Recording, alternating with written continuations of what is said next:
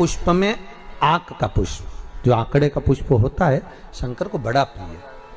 और दूसरे नंबर पर शंकर को प्रिय है शमी का पुष्प, बहुत ध्यान देना महाराज। तीसरे नंबर पर शंकर को प्रिय है महाराज सरसों का पुष्प।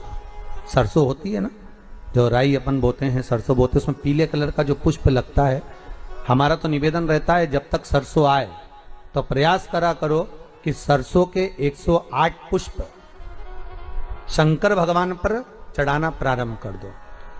महाराज ये पक्का है कि वर्ष भर कोई बड़ी बीमारी आपको घेर नहीं सकती अगर सरसों के फूल शिव को चढ़ रहे हैं तो।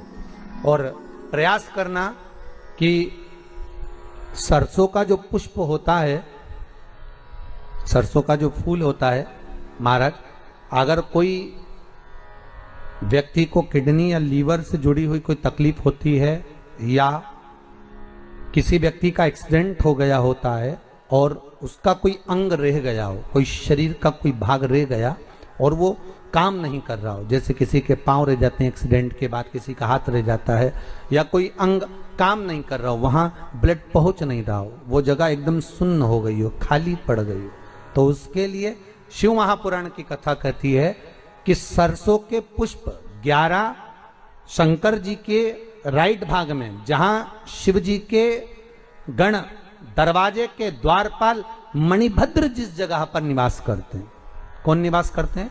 मणिभद्र। शंकर जी के दरवाजे के द्वारपाल हैं मणिभद्र जी।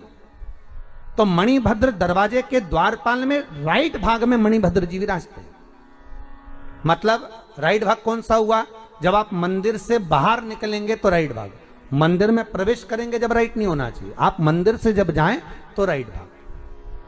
मतलब आप मंदिर से राइट से जाएंगे तो शंकर जी का भी राइट हो जाएगा, क्योंकि शिव जी ऐसे बैठे हैं तो शंकर जी का भी राइट हो गया, देवता उनका भी राइट हो गया, तो राइट भाग सीधा हाथ मणिभद्र जी का स्थान। 11 सरसों के पुष्प मणिभद्र के उस द्वार पर आप रख दीजिए और मणिभद्र के द्वार पर रखकर अंदर जाकर 108 वापिस जब आप बाहर निकल रहे हैं, ये पुष्प आप रखने के बाद एक बार बाहर जाएंगे, फिर वापिस आएंगे मणिभद्र रखने के बाद, और अंदर जाकर 108 सरसों के पुष्प शंकर को समर्पित करेंगे महाराज। उस सरसों के पुष्प जो शिव जी को आप समर्पित कर रहे हैं उसको वापिस लेकर आएंगे, श्री शिवाय नमस्तुभ्यम बोलकर उस सरसों के पुष्प को महाराज सरसों के तेल की बोतल में उसको डाल लीजिए। शंकर भगवान को किसी भी प्रदोष में, शाम के समय प्रदोष काल में उस तेल को वापस ले जाकर चढ़ा दीजिए शिव जी को, उसको वापस लेकर आ जाइए। उस तेल का प्रयोग आप नाभि में डालिए और जो शरीर काम नहीं कर रहा उस स्थान पर कम से कम 15 दिन 20 दिन तक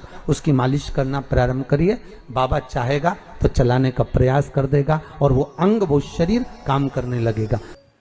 जहां पर पति और पत्नी के संबंध बेकार हो जाते हैं, विवाद हो जाता है, अदालत में बात पहुंच जाती है, परिवार वालों पर दहेज का केस चालू हो जाता है, कहीं ना कहीं किसी ना किसी रूप में कार्रवाई चालू हो जाती है, पति पत्नी में वापिस प्रेम को बढ़ाया जाए। उस प्रेम को बढ़ाने के लिए शंकर भगवान का समझ लीजिए शिवलिंग, कनेर के पुष्प की माला, काई के पुष्प की, कनेर का वो पीला जो फूल होता है, आप टीवी पर दर्शन कर रहे होंगे, कनेर के पुष्प की माला जो ऊपर जलाधारी लगी है, जिस जलाधारी में से बूंद बूंद पानी गिरता है, ये शंकर भगवान की 5 बेटियों का स्थान है। कौन कौन सी बेटी? नाम ले, जया, विषहरा, श्यामली बारी, दौतली और 5वें नंबर की देव। ये शिव जी की 5 लड़की है जो पानी बूंद बूंद नीचे गिरा रही है।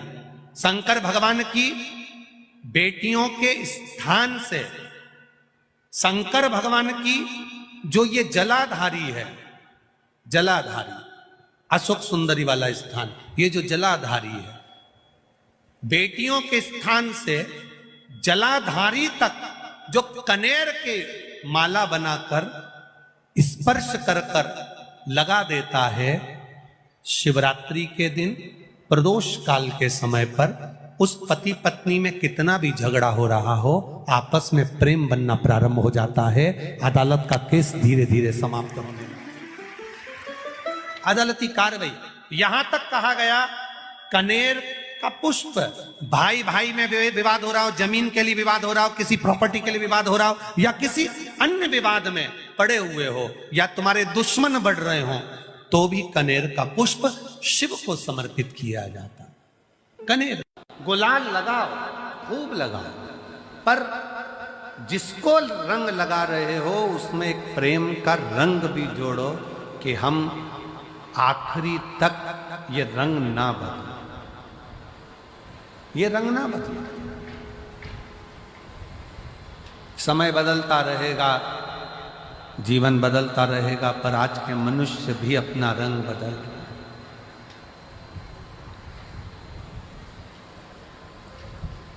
जीवन का कोई ठिकाना नहीं, मनुष्य देह का कोई ठिकाना नहीं।